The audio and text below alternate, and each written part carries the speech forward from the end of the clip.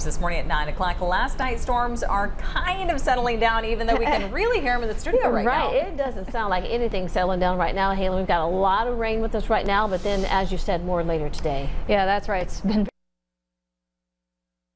we continue to do with the very heavy rainfall across at least the northeastern part of Wichita now. At least downtown's got a little bit of a break from the rain, but again, periods of some very heavy rain, some lightning, a lot of lightning, but for the most part, our severe threat has dropped off quite a bit. We just got rid of our last warning here about 15 to 20 minutes ago. Again, those storms quickly diminish as they move off to the south and east, but still have some more thunderstorms in areas near areas of Winfield into South Haven, but still dealing with some more thunderstorms, and likely for the next hour or so you can see more development in areas near Hutchinson. But I do want to point out too, we do have more development in northwest Kansas between Norton into Atwood, and especially in areas of St. Francis. A little bit some more heavier thunderstorms starting to come in into the northwest corner of the state. Again, nothing severe wise at the moment. Again, the only severe concern we have now is the flash flooding risk, especially here in Wichita and in areas of McPherson. We got the current those flash flood warnings now. Again, we've been seeing those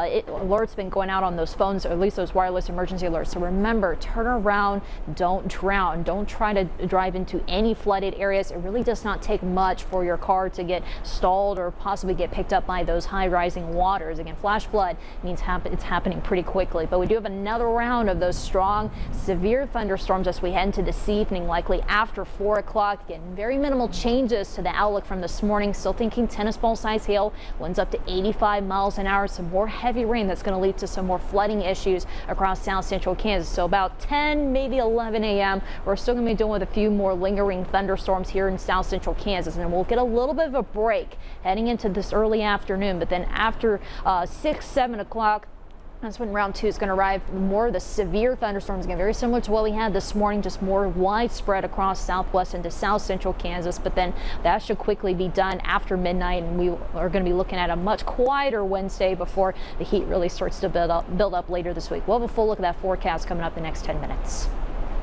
Thank you, Aylin. Last night's storms brought some heavy damage to Valley Center. Yeah, it is raining pretty hard right now, too. And the city saw wind gusts of around 80 to 80 miles an hour. Max Sutton live this morning with a look at some of the damage that they're seeing there. Hey, Max. Yeah, those Doppler estimates of 80 to 85 mile-per-hour winds left quite a bit of damage in Valley Center. This is how a lot of people will be spending their day here. Take a look for yourself. There's some of the roadways blocked. A lot of these driveways blocked really by the trees that kind of fell out in Valley Center, left that damage that you see right there. This is going to be the case, though, for a lot of people in the Wichita metro area as well. We've spent time in South Wichita, North Wichita today.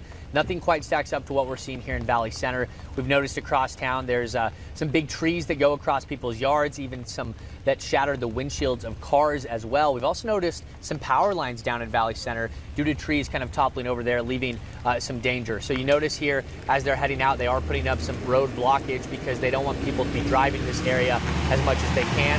As we've been mentioning all day long, though, this is round 1 of the storms. Round 2 still coming later tonight. You need to be weather aware because this is exactly what could happen again tomorrow. Make sure you have that Storm Team 12 app downloaded as well. Reporting in Valley Center, Max Dunn, 12 News. All right, thanks for the update, Max. We want to update you now on the power outages in our area. Of course, these coming from those storms that we're seeing right now. You can see still more than about 25,000 customers without power in the Wichita metro area. More than 2,000 customers without power in Hutchinson. And of course, some traffic lights may be out as you drive around town. So be careful with that. Remember, if you approach an intersection where the traffic lights are out, treat it like a four-way stop. Evergy hasn't said when power will be restored just yet. With more severe weather expected today, make sure you have our Storm Team 12 weather app on your phone.